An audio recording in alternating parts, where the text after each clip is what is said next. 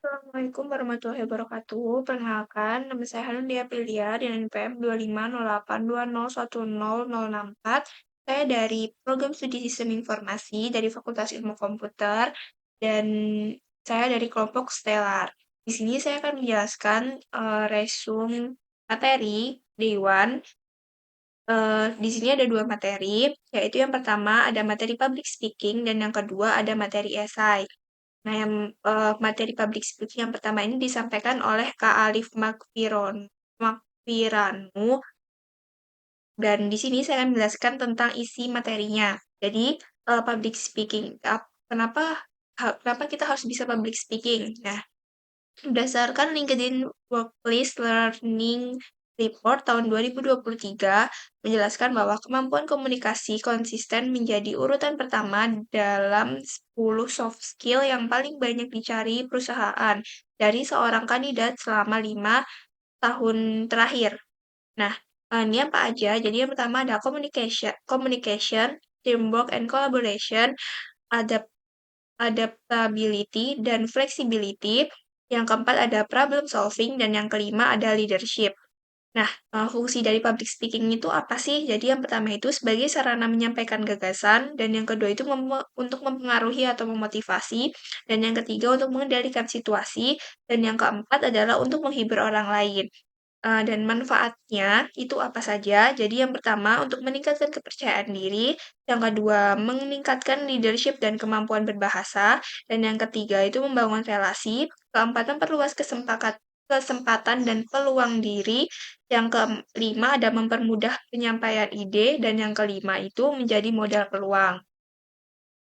Dan apa saja sih apa saja kompa komponennya dalam public speaking. Jadi yang pertama itu ada speaker, ada message, ada audience, ada feedback, dan juga ada media. Dan di sini ada three V in communication. Jadi yang pertama ada visual, itu 55 untuk angkanya, yang berisikan penampilan, media, postur, gestur, dan juga eye contact.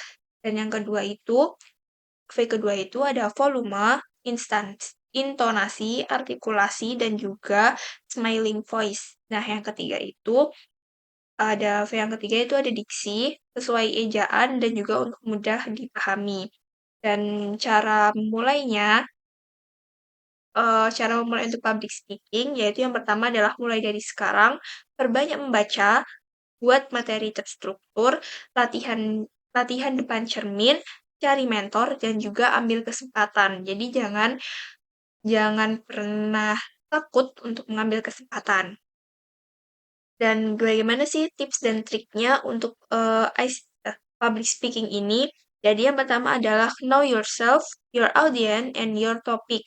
Dan yang kedua adalah persiapan dengan matang. Yang ketiga latihan vokal.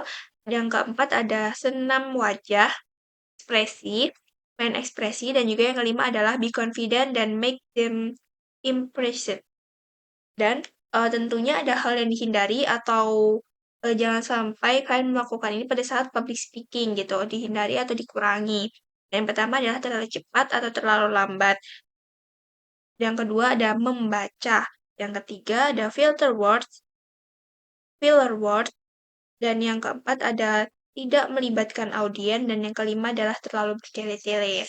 Dan bahasa tubuh pada public speaking itu dibedakan menjadi beberapa bagian. Jadi yang pertama itu ada kontak mata, gestur tangan, postur tubuh, ekspresi wajah, dan juga kita harus bergerak seperlunya. Jadi jangan sampai kelebihan bergerak atau malah tidak bergerak sama sekali. Kayak kita menjelaskan di depan gini saja itu kurang. Tapi kalau terlalu banyak bergerak, eh, kelihatan sekali seperti nervous. Dan cara untuk mengatasi gugup, dan yang terakhir yaitu cara mengatasi gugup. Jadi yang pertama itu adalah lakukan nafas 4-4-4 sebelum tampil. Yang B itu hafalkan outline. Dan yang ketiga adalah fokus pada pesan. Jadi jangan terlalu bertele-tele dan juga jangan terlalu sesingkat itu.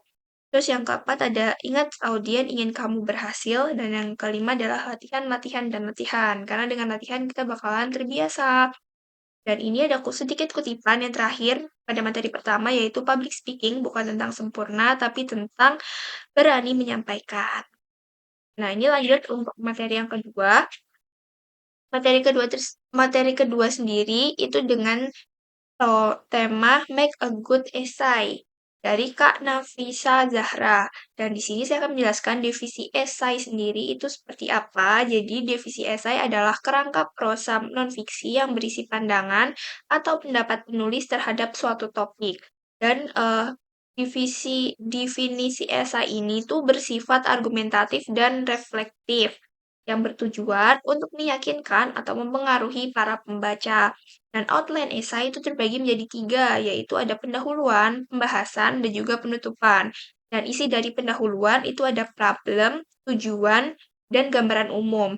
Untuk outline untuk isi pembahasan itu ada uraian argumen, ada analisis, dan juga hasil ide.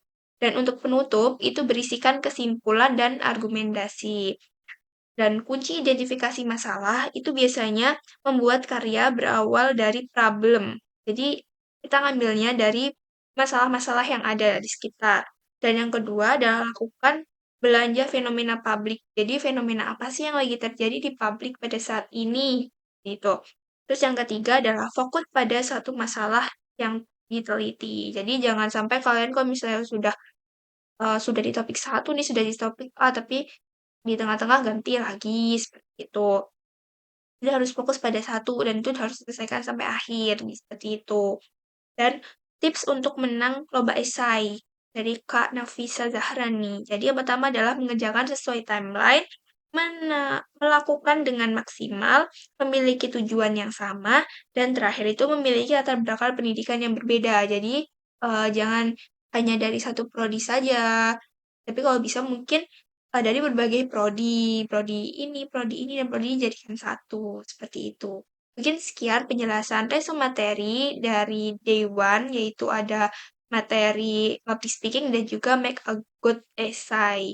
Mungkin sekian penjelasan dari saya. Sekian, terima kasih. Wassalamualaikum warahmatullahi wabarakatuh.